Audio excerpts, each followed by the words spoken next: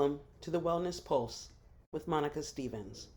From CPR to self care, staying in rhythm with your well being. Thanks for tuning in. We're going to go ahead and talk about a holistic approach to heart health and well being.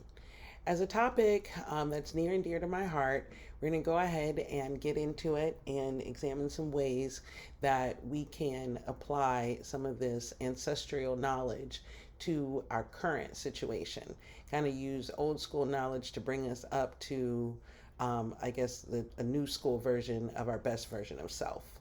So let's go ahead and settle in and check out what we can learn about herbalism that's rooted in tradition, in everybody's tradition, because we all have ancestral ties to herbalism. In a lot of parts of the country, it's kind of chilly, and even down here in Florida, where it's not so chilly, a lot of us are dealing with a lot of different ailments, and naturally and holistically dealing with some of these things. I know could be beneficial to me. I know some of you can probably hear it. I got a little sinus something going on, um, but also supporting heart health in general. I've got the great pleasure of having one of my really good friends, um, sisters, joining us here on the podcast today. So I'm super excited. We've been a licensed social worker, an herbalist extraordinaire, in my opinion, and Oh, she actually operates a small apothecary. Thank you, Lauren, for joining us. How are you? I'm great. Thank you for having me. Well, of course, when I think about herbalism and a lot of the discussions that we've had personally, I couldn't have imagined delving into this topic and not thinking of having you participate with me. Mhm. I hope to look forward and because we could talk about this and apply herbalism and our history a lot to I mean so many things. So I hope to Yes. have you back for many podcasts in the future.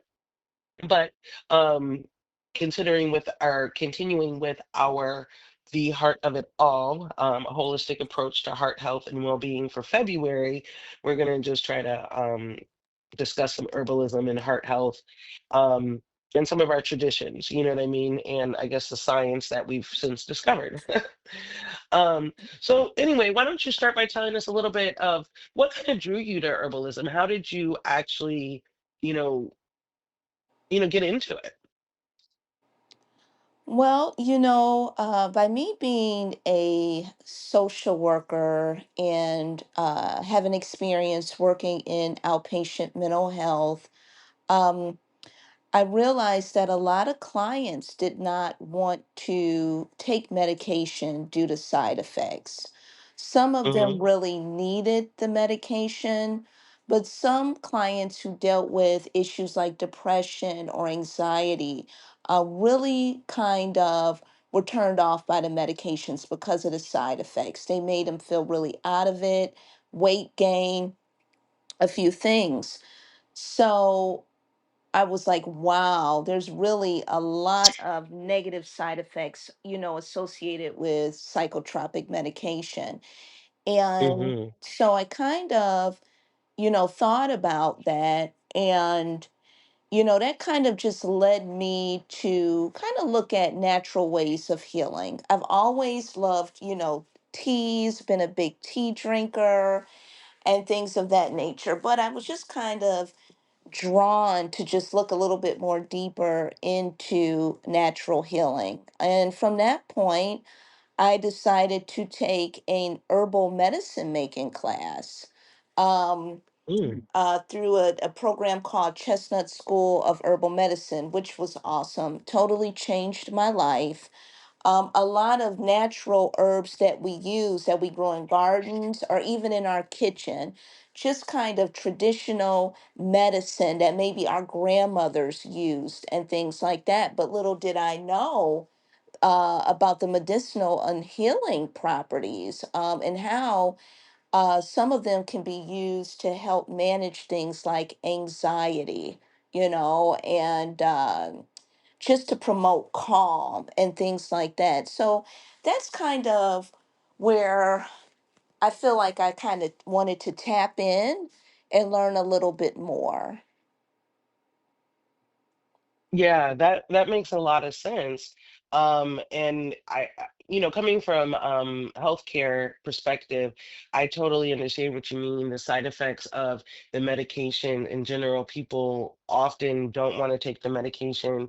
Mhm. Even myself, I'd much rather find a more holistic, approach, and then you don't always, with all the recalls and the additives and Mhm. you know what I mean, the generic versus your name brand, Mhm. and I think the money making incentive, um, makes you not want to take something manufactured if you can get it, with an herb. And I think especially with African and African American I heard it. history, Yes. like you're saying with your grandmothers, your aunts, like I have an aunt right now who, is she's just very holistic. She does some of the health teas. I don't know that she's had any, book training, but she sells health drinks, and she's always used a lot of herbs.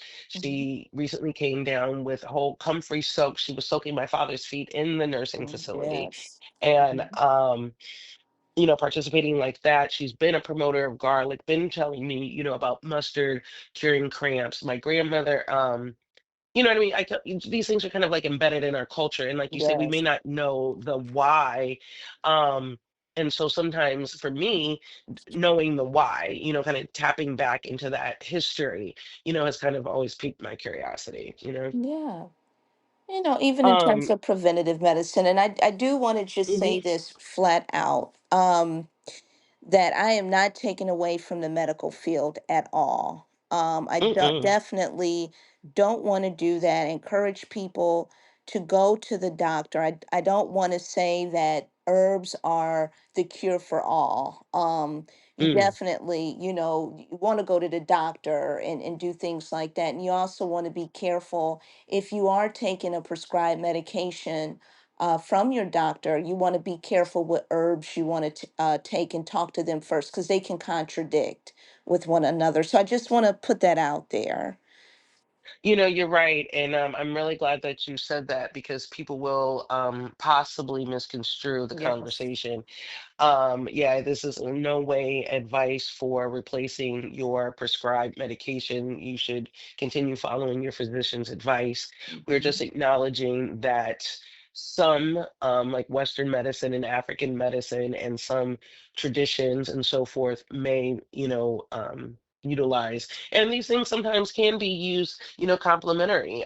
It's like CAM in the like nursing field, complementary alternative medications. But you're right, a lot of them will interact because historically a lot of our medications were derived from some of these things, or they were made to act like in some of these things and mimic nature. So you have to be careful, if you're going to take herbs. You definitely um and if you're on medications, you definitely need to let your healthcare provider know that. Yes. In fact, that aunt that I was telling you about, she's going to have a procedure, and they had told her to stop taking all of her herbs and medicine. Mhm. Yes. So, with that being said, what are some of your favorite herbs, or that Oh, you dabble in most frequently? wow. There's a couple. I think all herbs are just amazing because a lot of them have so many healing properties. Mm-hmm. I love calendula. Mm-hmm. It's a beautiful, bright flower.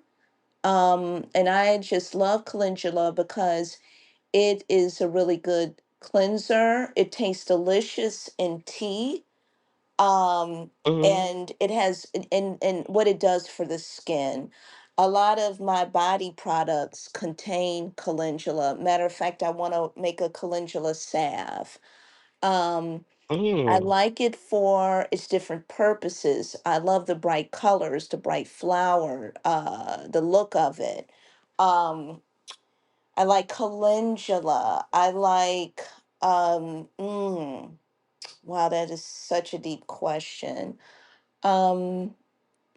And I sit here trying to think. I like arnica.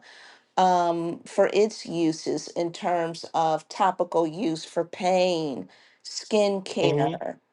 Um, let's see, I like basil, I like rosemary for Hmm. cooking, teas when you're congested. Um, let's see, what else do I like? Love hibiscus. Hmm. Hibiscus is it's so popular. Beautiful flower, tastes delicious in tea. It's a cleanser and has roots in African history. So, what else do I like? Oh my goodness, that's a deep echinacea, which is a plant that has a lot of native roots here. One of our native plants in Ohio. I like to walk up to North Park. They have echinacea flowers, blooming. I love rose. Love rose for so many uses. I love to drink rose, rose petals, rose Hmm. bud, rose hip, even good for the skin, delicious in tea. A lot of people may think it's odd, because when you think of rose you Hmm. think of romance or a gift. And it's a romantic, it's an aphrodisiac, it's cooling, and if you drink it in tea it is delicious. um, mm, so many. Wow. That's a really deep question. Um, mm, So I bet you couldn't, if you could only use three herbs for the rest of your life, I bet you couldn't limit it down to just three. I could not. That would be impossible. That would be impossible. Yeah, they're You know, all magical and beautiful and have their own characteristics and things like that. So, mm, you dandelion. Yeah, Yeah, you mentioned the rose, like, because a lot of us weren't really raised to drink rose or think of right. roses as something that was edible. I mean, you did think of it as romance. You give the roses, you maybe put them in the bathtub. Mm-hmm. But yeah, the rose petals are yummy. I haven't recently made any tea, but I can't remember. Maybe I was somewhere and I've had some like, and I think in a lemonade. Mm-hmm. And I like to add hibiscus to, for a long time to some of my detox waters. So Yes. I also agree they are pretty. I'm so jealous of all the knowledge that you have regarding, the herbs and ways to put them to practical use. You also mentioned that the hibiscus flower actually is rooted in like African and African American healing traditions. Can you like indulge me a little bit more about that? It's something I just actually looked up briefly, not necessarily African American, but in African roots. Uh-huh. I just kind of just read briefly, and I love hibiscus, and I didn't even realize Mm-hmm. this until we kind of, touched on it through the outline. But it is huge in Africa, and stems is an African plant. They use it for spiritual uses. I believe that hibiscus, well, it has, for medicinal healing properties, but even spirituality. In West Africa, Nigeria, Senegal, they use hibiscus to treat high blood pressure, liver disease, and we use that for that here. But I think in Egypt, the hibiscus term comes from I think I read Isis in Egypt, a bird that symbolizes truth. So it's used even in like divination practices. So they've been using hibiscus. It's in Mm-hmm. Africa for spiritual uses and for medicinal healing properties. And I've always loved hibiscus. Hibiscus is very popular. Who doesn't want a nice glass of hibiscus iced tea when it gets hot, or even when just the taste? It's just a uh, really refreshing tartness to it. So, yeah, but I just kind of read about uh, its use is stemming from West Africa. Yeah. And it may have some it may interfere with some fertility though, because I can remember I'm gonna have to do a little bit more research on that because I can remember someone chiding me about drinking it, because like I said, I was adding it, kind of before herbs and stuff were kind of like so mainstream. And which I kind of want to talk about that a little bit. But before I do, when we talk about hibiscus, I fell in love with hibiscus flowers because they were the flowers that they use in the leis, from Hawaii. And that was one of the most, because you had that show, right? Like Hawaii 5.0, or there Mm-hmm. was some show that was set in Hawaii, and it just looked so beautiful. And, I just always thought that, that was kind of a good look. And um I find that to be interesting because we don't always reflect on, and I hope I'm not butchering or offending anybody or anything, because I love all types of different cultures and just, you know what I mean? I just love all types of people and everything. But we don't talk a lot about how some of the Asian and Pacific Islanders and their history crosses with African history. And Mm-hmm. so I used to attribute hibiscus more with Hawaii versus maybe Africa. And it's interesting because as I moved to Florida, it increased with the diversity, and I was around more people of Filipino descent. And in fact, I learned more about some of their food and different things. And so I acquired a house that used to, you know it had Filipino owners, and I actually had like three moringa trees. So I actually associated that with Filipino people. And ironically, moringa, I found out, actually has a lot of ties to Africa, like in Nigeria, Ghana, Senegal, with their soups, stews, and teas. Mm-hmm. And my neighbors were talking about how the people who owned the house before me used to make like a soup, and I think it's probably was called something like Tinola or something. They didn't know the name, but through the research and whatnot that I've done. And but earlier, like we were saying, you got to be careful, because if you make a mistake, and what I mean, misidentify a plant, you can get yourself in some That's trouble, right? That's so true. That is so true. You just want to, and that was kind of like engraved in my mind when I took my herbal medicine making class. In terms of Hmm. foraging and harvesting, you just really want to know what you're picking. Study it. Just know, even if it's contacting like a gardening store or a floral store, if you have something growing in your backyard you're not really quite sure, if it's something that you want to forage, they even recommend that you date the plant. Walk past it, watch it grow through different seasons. Really get to know the plant because you know a lot of plants look very similar and a lot of plants are poisonous. So you just have to Hmm. really be careful and just kind of know what you're harvesting.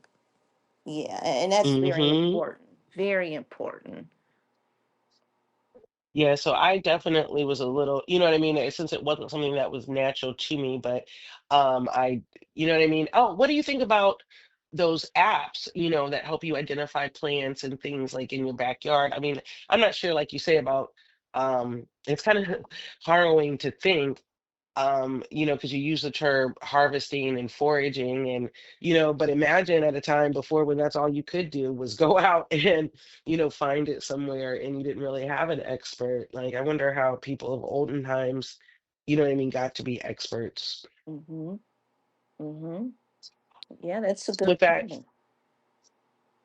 with that being said, let's talk a little bit about some some things that you've, learned, or what I mean, that about regarding like African herbalism and like our history and how Mm-hmm. we, maybe held on to that through, our many ways of getting here.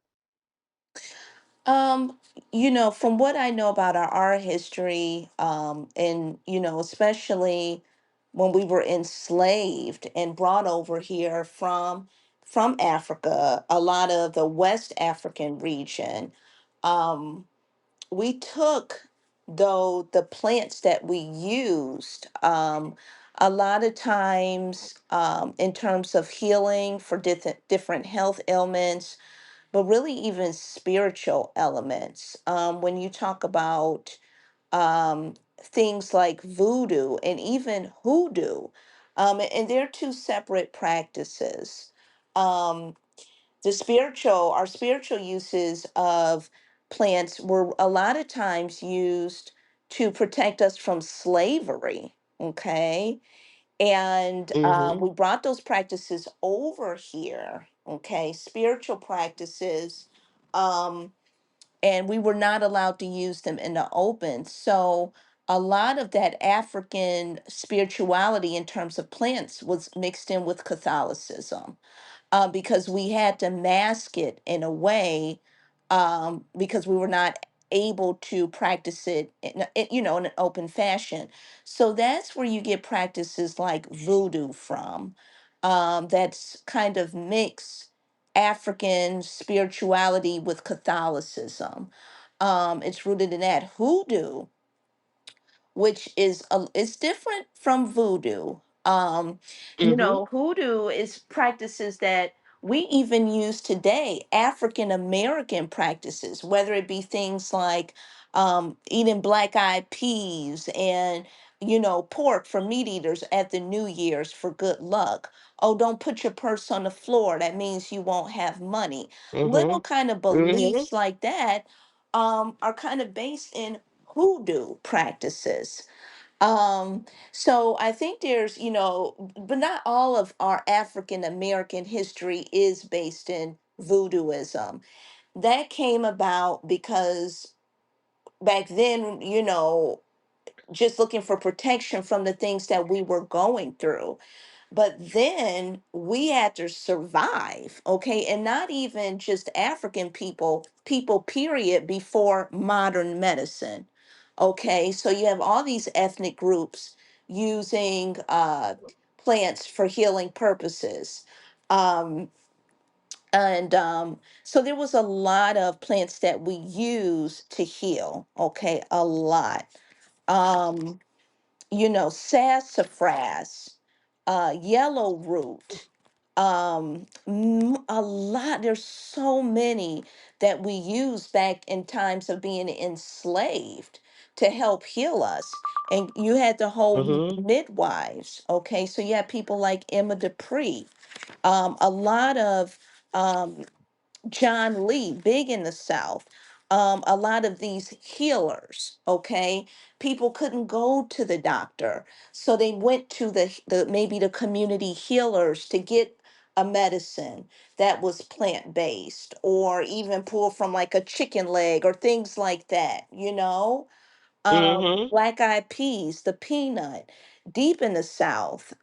A lot of those traditions and practices came from that. Just trying to get by. Um, yeah, so you have voodoo. Um, I would say hoodoo is more African American, whereas voodoo has its roots in Africa, Yoruba. We brought that over here, and blended it in with Catholicism. Um, but there's so many plants that were used by us for healing purposes.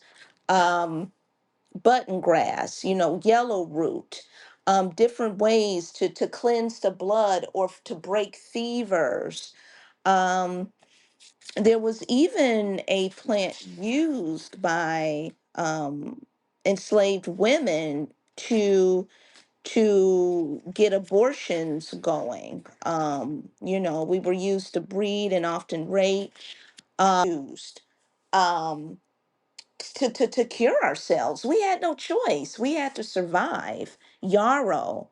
Yeah. Yarrow is huge. They call that the mother of the mother of herbs, used for Mm, multiple, for menstrual cramps, to break fevers, mm, and things like that. So there's so many herbs that we used. I mean, the list just goes on and on.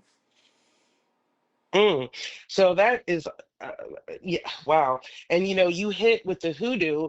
Um, You hit that right on the head. Like so many of those things, like I said, it wasn't talked about, but they're just kind of interwoven in our Yes. like in our culture. And I know the next, what I'm about to say, I kind of, we've had some discussions and I had a similar discussion um recently, and it kind of allowed me to look at it. You touched on all the points, but others too, other native beings, like other indigenous peoples, Hmm. had, like you said, we didn't always have doctors. So we had to, I mean, that's the practice. You went to someone who knew more about herbs with your ailment. And a lot of times those people mixed, they may have also been religious leaders. And those religious leaders mixed with, these herbal practices that weren't known to civilized, I guess beings, if you will. Hmm. Now it's like a lot of that is viewed as witchery or Yes. satanic worship or Hmm. um and I think like you kind of alluded to with we had to hide our traditions Hmm. in traditions that were forced upon us, or in the Catholicism, equating to your voodoo. um, so I think that maybe some things like maybe astrology and numerology and things like that um, also are kind of viewed as, um, you know what I mean? They're just kind of viewed as things that are not to be explored, but perhaps it's just that they are too viewed in a way, you know what I'm saying, that is less than really what it is. Like for instance, because even the Bible, talks about how did the wise men get to Jesus? They followed the stars. Um, I guess you have numbers, like seven being the number of completion. And it took somebody kind of having a discussion with me, but seeing these things, these herbs, and all these things that kind of seem to run, like I guess off, you know what I mean, off the beaten path. It just seems like they're casting a light of, oh, it's satanic worship, oh, it's witchcraft, oh, it's, you know what I mean, it's got to be something. And I think it's really just, is it just misunderstood, or was it meant to be misunderstood? So the knowledge and the power were kind of lost. Was it a further tool to help us forget who and where we came from? Hmm. You know, You know what I mean? I don't know. yeah, and even things like salves and frankincense and myrrh and spikenard and hyssop were used in the Bible, to for spiritual anointment, for healing and things like that. So God put the plants down for us, to use, and they are just beautiful gifts. I think in terms of when modern medicine came along, um and even using the church and Christianity to oppress, okay? A lot of midwives were arrested, and given a bad rap. You had, I think it's the witch hunt of Salem, where they killed women healers, and then, demonized them, called them witches.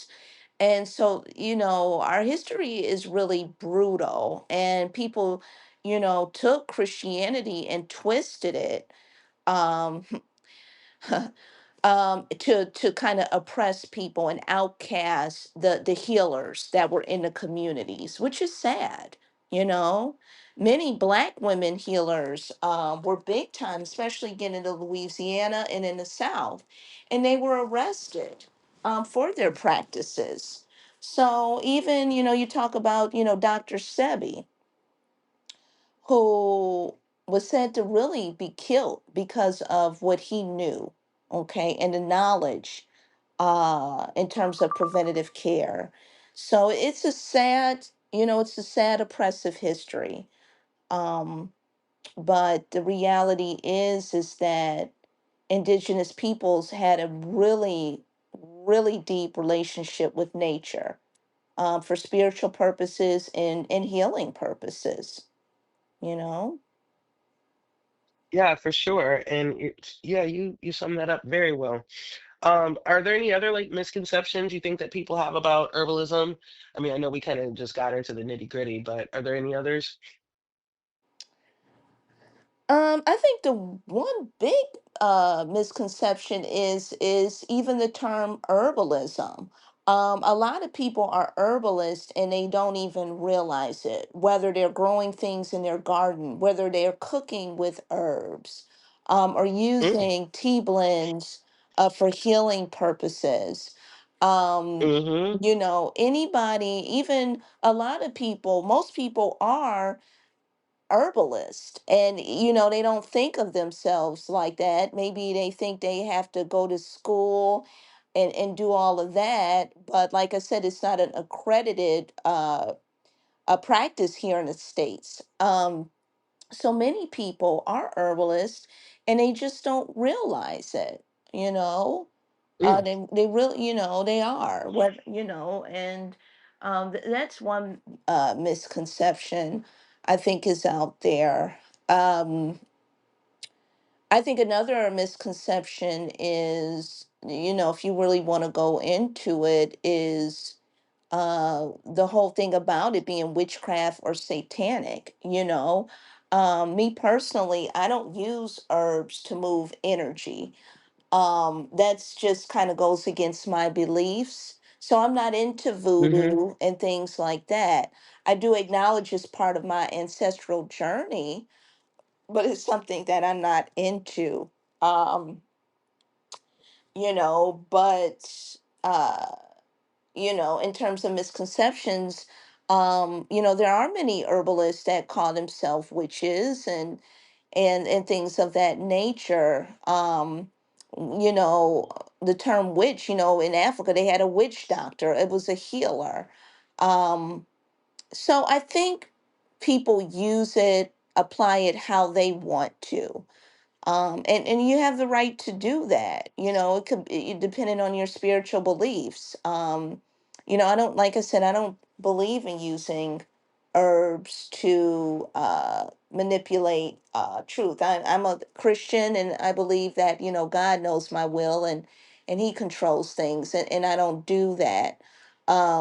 There are herbs and oils that may make you feel, loving or just romantic or calm and things like that. But that's different than when we're talking about moving energy. So that's one misconception there. Um, yeah, so that's really, yeah, that's how to answer that question. Cool. And I mean, I think that was a good way to answer it. Um,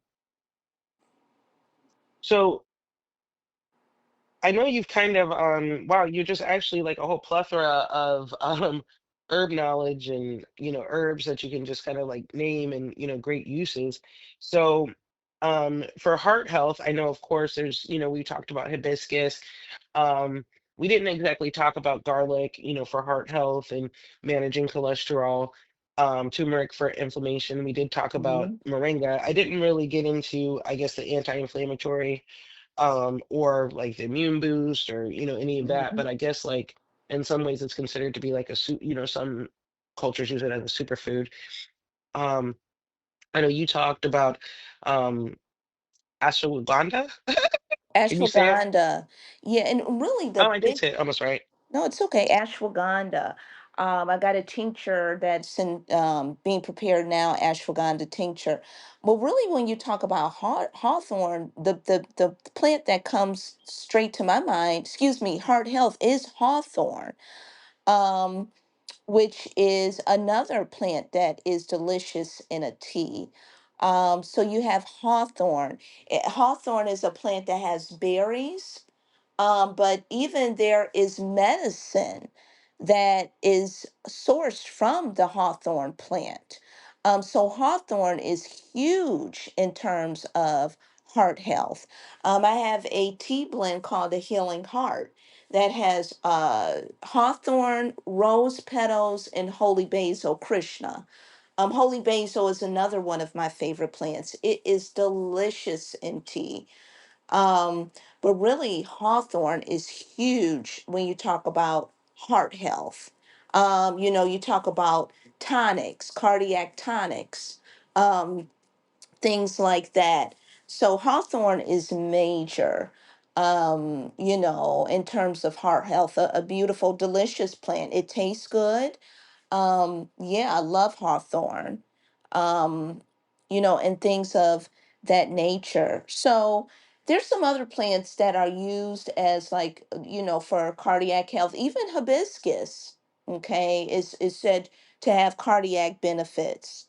Um, even, well, blood pressure is maybe different, but a lot of these plants have cross, like they have cross uses, for blood pressure, blood sugar, some heart health, so um you know, the plants have so many medicinal properties, Monica, but hawthorn is a major game player in terms of cardiac health. Hibiscus, another one, cardiac health. Dandelion, when we're talking about blood pressure, blood sugar. I love dandelion. Even to see, put it in salads, dried dandelion. It's a good in tea. Man, if you just open up to the world of herbs, and if you have you can grow them in your yard. And the thing about harvesting your own herbs is you know what you're growing, as opposed to going to the forest if you're not really 100% confident in your ability to ID a plant, if you can grow it, then you know it. And so if you have the blessing, the luxury to grow your own plants, that's amazing. And use them for medicine or for seasoning in food. I love to make an oil. I really would like to do that. Um, make oils and healing medicinal vinegars.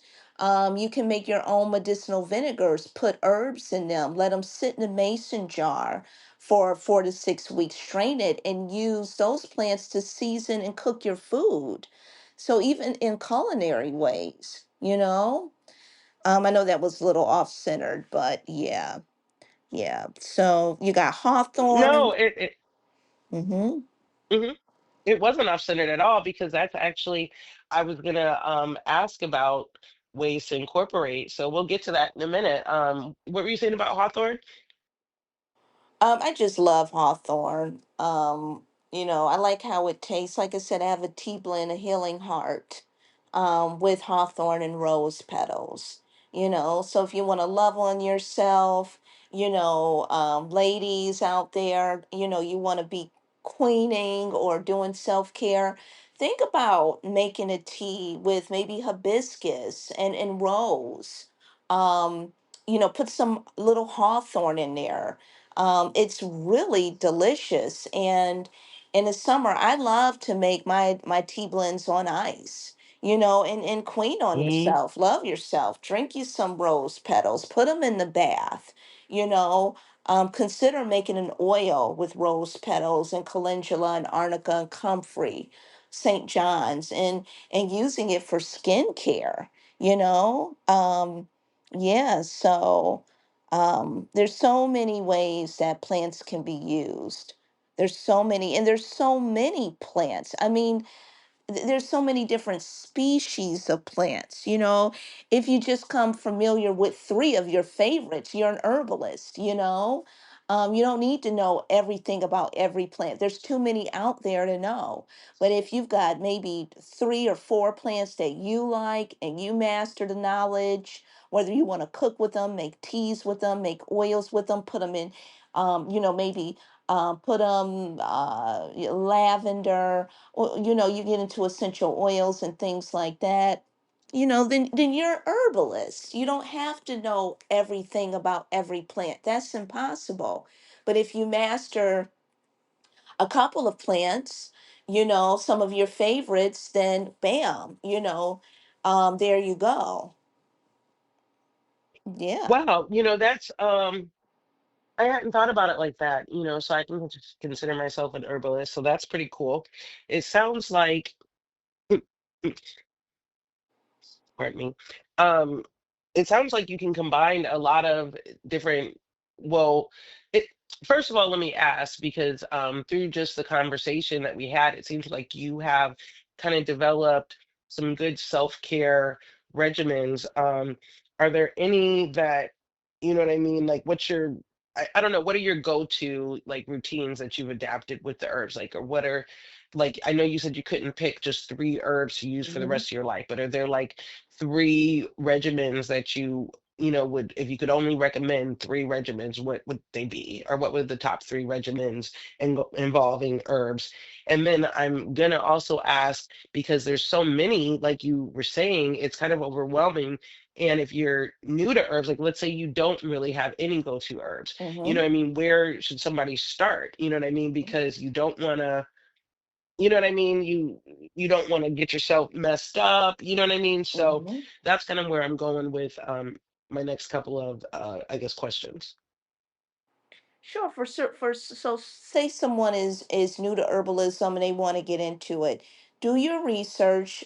I would first start with, what do you want to work on? What is drawing you to that? Is it skincare? Is it anxiety? Is it cooking? Is it to break colds? And you don't want to take a strong medicine for a cold or a fever. And from that point, do your research, and start learning about the herbs that are out there and their medicinal properties and how they work. You can get books, you can read books, you can take classes. You can go to the store. Maybe you want to cook with basil or rosemary or thyme, or even use those in a tea to deal with head congestion. Um, so for someone who was just starting out, what's drawing you to them? Is it my skin? Do I want to work on my skin care? Do I, like I said, do I want to try a tea that may mellow me out, make me feel less anxious? Um, why? What's calling you to that herb? And then start from there. You can go to, I know in Ohio we have like the Nature Center. You can go there and read about plants, or even get into maybe community gardening and things like that. Let's see. So I know you asked me for a beginner, like where would they start? In terms of go to self-care practices, teas. Teas are easy, okay? I think a lot of people think of, who may not be into doing their own teas, they may go to the store and buy a bag tea. But don't be scared to get a tea strainer. They're really easy to use. My favorite way to drink tea is through a French press. You can make different types of teas. There's decoctions, concoctions, for roots. Let's say you want to may do a licorice root, or it depends on what type of herb you want to make into a tea. You boil those things and then you let them steep on low for 20 minutes, strain it, and you have a decoction, or you have an infusion. That's where you just have a tea strainer. They're so easy to use. Don't let loose leaf tea scare you from drinking tea. Tea strainers are very affordable. You can get them for $3, and put a loose leaf tea, sit it down, let it sit in that hot water for 10, 15 minutes, and there you go. So I would say tea. I would say cooking is easy. You can cook with herbs. You can cook with rosemaries. Me, I like oils. I make body oils. I like to infuse my oils with plants. Um, you know, and then rub them on skin. You can use plants to make foot soaks, which I've been telling myself I'm going to do and I have not. For cramps, or just to feel mellow. A foot soak is amazing. You can put rosemary, lavender. You can put, blend it with Epsom salt. Put a little essential oil there, and if you can just, you don't want to make the water so hot where it scorches your feet, but just letting your feet soak in warm water and herbs is so relaxing. Our feet ground us. So I would say teas. I would say, and I'm thinking of easy ways for people who maybe don't want to infuse oils. Teas, cooking with herbs. Um, you can make a poultice with an herb, which is very simple, just kind of rubbing a plant matter on your skin. I think of an aloe vera leaf. You can just split that and rub that nice, healing goo on you. Put them in baths. You could have a spiritual bath, maybe for self love and self care. So I would say tea blends. I would say for culinary purposes, cooking with different herbs that have just as much healing powers. You want to be careful, maybe not to cook all the nutrients out the herbs and overcook them. Um, Baths, tea baths. Mm. And you can make your own oils. If you want to go that route, you can infuse your oils with different plants like the calendula, like the arnica, like the comfrey. Um, but in terms of just basic use, I'd start with teas, cooking. Um, I even use calendula as to cleanse my nasal passages. Um, I just love calendula for so many reasons, but yeah, so simple things. I'd start with a tea. I'd really just start with a tea, cooking, and mm, trying to think of an easy third one for maybe someone who's just beginning. Um, mm, wow. I have to get Well, that's back to you okay. on that. Yeah, yeah, but Yeah, I was going to say uh, you've given us so many great nuggets. I kind of wanted to ask, so how long would you say that or how long have you considered yourself an herbalist? I would say probably since 2003, after I took and got, completed the herbal medicine making course, because then I started using them all the time and making products. Even now, I drink my tea blends almost every day. Um, I make Like, oils from them, and I only use my products on my body, except for face. I don't use them on my face. I'm sorry. Okay. So did you say 2003 or 2023? 2023. Okay. So that's what I was getting you. I think you were alluding to it. I wanted to know, what products do you think that you now maybe don't use anymore commercially that you substituted with something like you said, you use your own products. So what products have you gotten, you know what I mean? Like gotten rid of that maybe you used to get at a Target or you know what I mean, or a drugstore or something. What things have you now gone more natural? My body products. Only use my creams and my oils that I make. Um, I only use those on my body. I infuse my oils with healing plants and my body butters. Now I have two different types of oils, ones that are infused and ones that are not. But when you talk about like jojoba oil, coconut oil, almond oil, even without infusing plants, those are just beautiful oils for your skin. Olive oil, really good just oils out there that keep our skin moisturized. If you want to de-stress, it's really cool to maybe at night rub oil on your feet. and put socks on there, especially after you do a foot soak. And then you may put a nice sock on there and let that, let it just saturate your feet. But to get back to your question, only use my body products. I don't make products for the face. I just don't.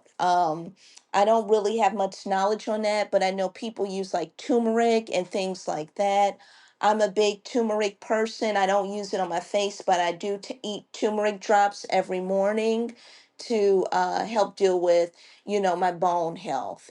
But I only use my body products because I make them. They're natural. I know what's in them, and they've helped my skin out. um so yeah, there's shea butter, mango butter, and things of like that, essential oils that are safe for skins. You have to be really careful in terms of essential oils and how you dilute them. Many of them you can't put directly on the skin, so it's important that in terms of essential oils, which have therapeutic properties, you know how to you dilute them correctly before you put them on your skin. That's important. But yeah, really, Mm. my body products. Back in December, I got kind of a cold, and as opposed to using a cold medicine, I just kind of did it the natural way and drank teas. Echinacea, blended that with mullein. Mullein is excellent for congestion and to clear, clear the chest. Mullein, I made teas of mullein, echinacea, basil, mint, things like that, just to help manage my, congestion at the time. I wanted to make another fire cider, which is so good for fall winter colds. These are easy things anybody can make. They're old kitchen medicine. You take jalapenos, garlic, multiple herbs. So you have medicinal vinegars that you can make, okay, and use them as a tea. So I mean, not as a tea, but to deal with congestion, you can blend honey, maple syrup, and make your own cough syrups. Now, they may not work. You may have to use them more throughout the day as you would like a Sudafed or something like that. Hmm. You can make a nasal stain. Okay. You can boil herbs that will open you up. You have to be careful. You don't want to put your head all up too hot on hot water, but just kind of for opening, congestion. Smell that, boil those herbs in water and just smell them. So there's so many ways, but back to your question, um I would say my body products. I don't buy them anymore because I make them. So why would I buy them? It kind of sounds like you also um, maybe medicine, over the counter medicines.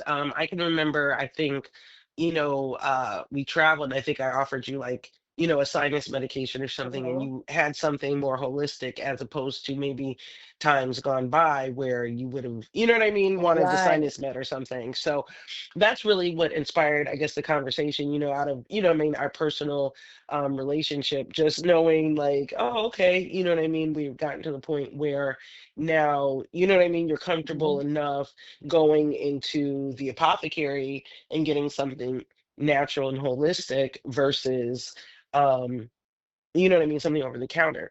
And Mhm. although I'm not recommending that people, um, replace their Western medicine with, or Eastern medicine or whatever. I'm not suggesting that they don't listen to their doctor. I'm just saying, though, there are some people who do manage their health, you know what I mean, according to, you know what I mean, different practices. And those Mhm. people are not going to see, you know what I'm saying, you know what I mean? They're not going to see doctors. You know what I mean? They may see a witch doctor or hey, I know we're getting ready to wrap it up here, but I just wanted to kind of clarify. When we talk about witch doctors, is there like a difference between witch doctors and root workers? Mm. So I know that witch doctors, I know like they may have witch doctors in Africa. Mhm. I don't. A root worker is a root worker is somebody who practices hoodoo. Okay, so they may use plants. Look at plants for maybe protection or a luck with money. And so hoodooism, when you talk about root work, you're talking about hoodoo, which is Christian Mm. and kind of I don't want to use the word witchcraft, but like I'll say plant spirituality combined. And Mm. that's when you talk about root work. So yeah, and so hoodoo is with root work, which is African American. I feel like a witch doctor is based in African tradition. Mm. So they're two different things, you know? Mhm. Very good. Yeah, I'm glad I asked. Um, but yeah, so it sounds like, some people definitely can learn, but it does take, I think, some effort and making sure that you're safe, if you're going to really take on, learning and trying to, use herbs and so forth, you know what I mean, to replace things that we've become pretty, like used to getting. Like if you're used to getting a Hmm. sinus pill and a nasal spray, you're going to have to commit to actually learning how to safely, you know what I mean, treat the same symptoms, but not make yourself sick or, you know what I mean, interfere with any medicine that you have, and it Yes. takes, I think, commitment. Now, Mhm. if you just want to incorporate, some herbs, everybody can do that, one step at a time, like you can get you an aloe vera plant and have it Mhm. ready for the next time Oh you, yeah. what I mean, want to use Hmm. that. That was one of the, what I mean, I've always had an aloe vera plant. That's something that we Hmm. always, Oh what yeah. I mean, historically had. You can do things. You can get you some garlic and, Hmm. start using fresh garlic in your food or, Hmm. like you say, some basil or some thyme. So there are easy things that you can do. But if you want to, I think, incorporate, you know what I mean, a real chunk, you are going to have to, put in some work. That's, kind of my, I think, takeaway. Hmm. Yeah, yeah, and just, do some research, take a class. If you have a community class or a community garden or talk to people there. If you know a master gardener, Mm-hmm. those are people who have the highest knowledge in terms of gardening and things like that. Talk to them. Play around and see what herbs you like, and what they do for you, and it doesn't have to even be anything major. You can just start simple with a tea blend, or with cooking Mm-hmm. with different herbs, and things like that, and just, take it from there and see which ones you like and what they do for you, or see which ones you don't like, and just do it like that. And I do want to stress that if you are taking medications prescribed by doctors, you always maybe want to run things past your physician, because plants are powerful and they can contradict with prescribed medications. So that's important. Even when we talk about licorice root, people with high blood pressure should kind of avoid licorice root. So if you're having health ailments and if you're taking prescribed medications, but you want to try something natural, please talk to your doctor first. Do that before you decide to get into that. And then a lot of these plants, pregnant women really should avoid most herbal things. There are some things that are safe even when breastfeeding. But if you're pregnant, you really, there's a lot of herbs you have to be very careful. There's a lot of things you should not be taking.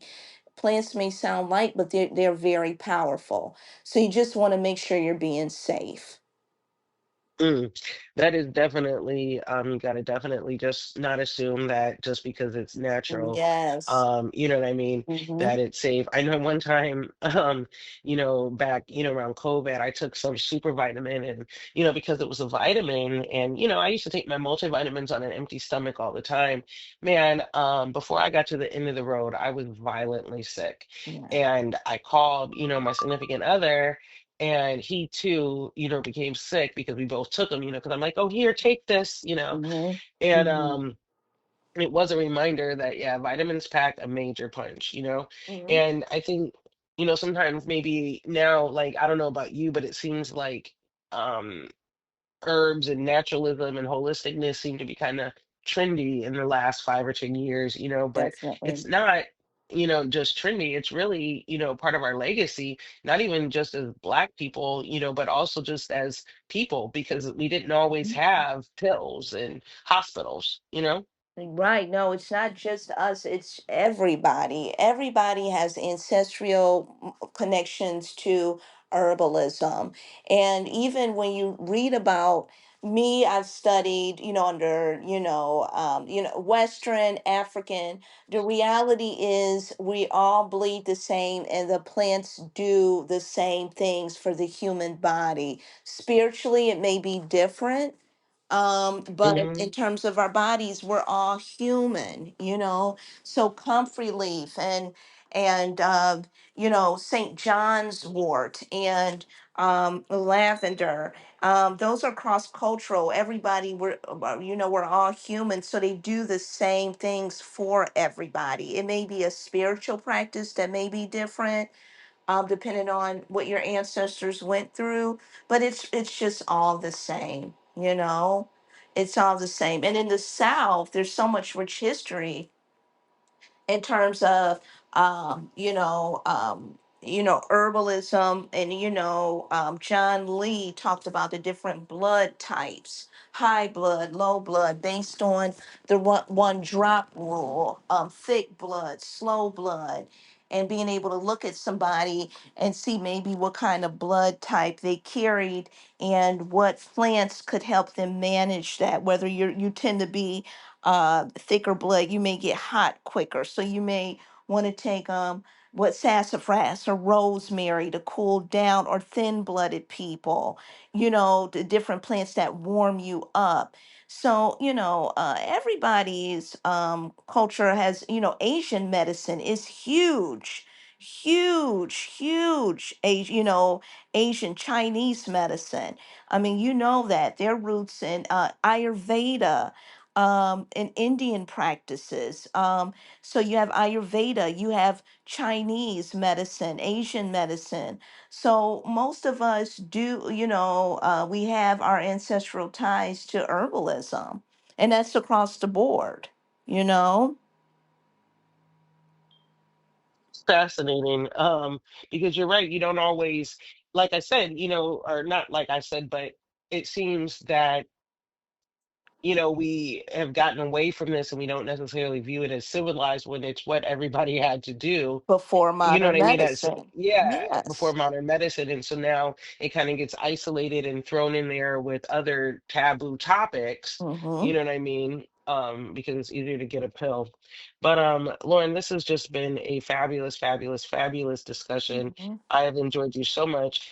Me If too. listeners wanted to check out some of your products or catch you on social media, are you on social media or reachable in any capacity like that? Yes, I do have an IG page. It is Lauren's Healing Apothecary. Um, I have some of for people in the in Cleveland area. I know you're out in Jacksonville. I have my products at a place called The Corner, and working on moving towards selling my products on other platforms, hopefully over this summer. But I'm working on shipping, and if I can ship you a tea blend or a tincture or a salve. I love to make salves. Um, and things like that. So yeah, just reach out to me, or even if you feel like you want to make your own products, I'll I'll do whatever I can to get you started, and give you a foundation as to where you can, how you can start or and things like that. So, but yes, my IG Well, is Lawrence Healing Apothecary. that's awesome. That's really super generous of you. I'll definitely make sure that I tag you. You know what I mean, as and however this is I guess publicized so that they'll be able to um check out your page and connect with you if desired. So thank you so much, so much. Well, It thank you has for been a having true me. pleasure. Yes, Yeah, ma'am. anytime. There's already been so many things that were said. I hope to have you back in the future. There's some things I got rolling in my head. So I look forward to um, the shipping of the products. I look forward to our future podcasts, and thank you again. You are welcome, and thank you for having me. Truly my pleasure. And thanks for everybody for Thanks again for listening. If you or anyone you know needs to learn CPR, first aid, or a life saving skill, please contact People's Choice CPR and Safety. From CPR to self care, the Wellness Pulse is staying in rhythm with your well being. I'm Monica Stevens. Take care.